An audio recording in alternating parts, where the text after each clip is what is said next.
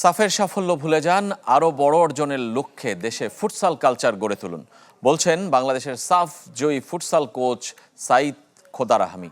Thailand থেকে ফিরে channel 24-এর মুখোমুখি হয়ে ইরানিয়ান কোচ স্কুল থেকে শীর্ষ পর্যায়ে লিগ চালুর দাবি জানিয়েছেন।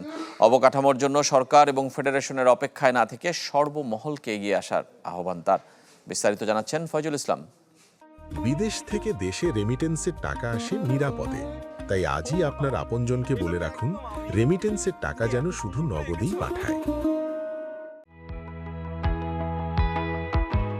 Iranian coach Saeed Khodarahmi Bangladesh futsal দলের দায়িত্বে মাস 6। এশিয়ান কাপ বাছাইয়ে অংশ নিয়ে বাংলাদেশ কার্যত নিয়ম রক্ষা করেছে, কিন্তু সাফল্যের দেখা মিলেছে সাফে। বাংলাদেশের পুরুষ নারী দু দলেরই হেড কোচ তিনি। প্রথম সাফ ফুটসালে ছেলেরা পঞ্চম হয়েছে, তবে নারীরা চ্যাম্পিয়ন। যদিও এই সাফল্য সর্বোচ্চ প্রাপ্তি নয় তার কাছে, বরং দেশের ফুটসাল সংস্কৃতির উন্নয়নের পরামর্শ সাইদ খোদারাহমির। অনেক সাফল্য পাবার সৌভাগ্য আমার হয়েছে, তবে এটা বিশেষ, কারণ কোনো দেশের প্রথম শিরোপার অংশ আমি। কিন্তু আমি বলবো এই সাফল্য ভুলে যান, কারণ সামনে আরও দীর্ঘ পথ।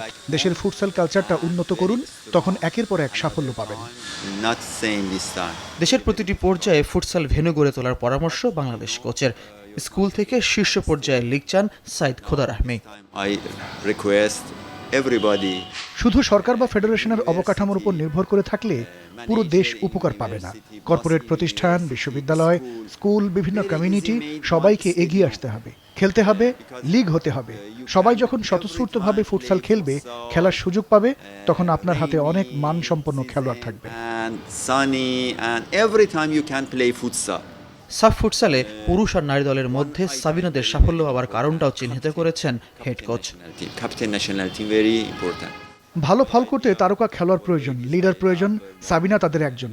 তার সাথে মাসুরা, কৃষ্ণাদের শিরোপা জেতার অভিজ্ঞতা আছে, বড় ম্যাচের অভিজ্ঞতা আছে।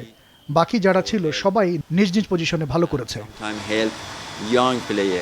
আপাতত খেলায় বিরতি। আগামী সপ্তাহে ঢাকায় ফুটসাল কোচেস কোর্স পরিচালনা করবেন সাইদ খোদারাহমি।